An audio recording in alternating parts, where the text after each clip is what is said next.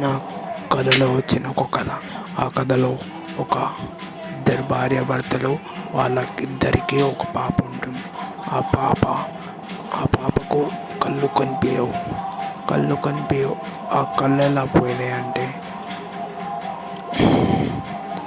ఒకరోజు ఆ పాప నిద్రలేచి అలా బయటికి వెళ్తూ ఉంటుంది. అలా బయటికి వెళ్ళేటప్పుడు ఎదురుగా ఒక పెద్ద గుంత ఉంటుంది. అది చూసుకోకుండా ఆ గుంతలో పడుతుంది. ఆ గుంతలో పడ్డాక తలకు భయంకరంగా తగిలి ఆ కళ్ళు పోతుంది.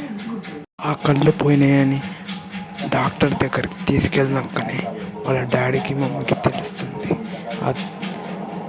అది భరించలేకపోతారు. వాళ్ళ పాపని జాగ్రత్తగా చూసుకోవాలని ఆ డాక్టర్ చెప్తాడు. ఆ డాక్టర్ని మళ్ళీ కళ్ళు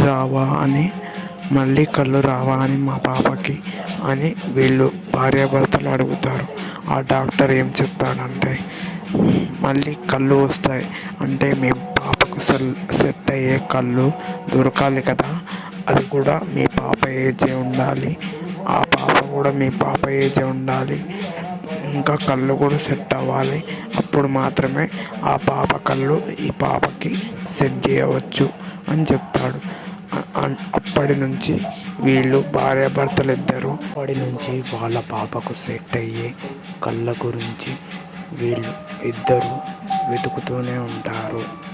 ఆ ఇద్దరు భార్యాభర్తలు అలా వెతుకుతూ ఉండగా ఒక తాత మనవరాళ్ళు ఒంటరిగా అడవిలో ఒక ఇంట్లో ఉంటారు. ఆ పాప దగ్గరికి వెళ్ళి వాళ్ళ తాత దగ్గరికి వెళ్ళి భార్యాభర్త ఇద్దరు అడుగుతారు, అదే మీ పాప ఒక్కసారి హాస్పిటల్ తీసుకెళ్తాం, ఆ పాపకు సెట్ అయ్యే కళ్ళు మీ పాపవి అయితే మేము తీసుకుంటామని అడుగుతారు. అయితే ఆ పాప వాళ్ళ తాత ఒప్పుకోడు. ఈ భార్యాభర్త ఇద్దరు చివరికి ఆ తాత మనవళ్ళని ఏం చేశారో చూడాలి అనుకుంటే కామెంట్లో పార్ట్ 2 అని అడగండి.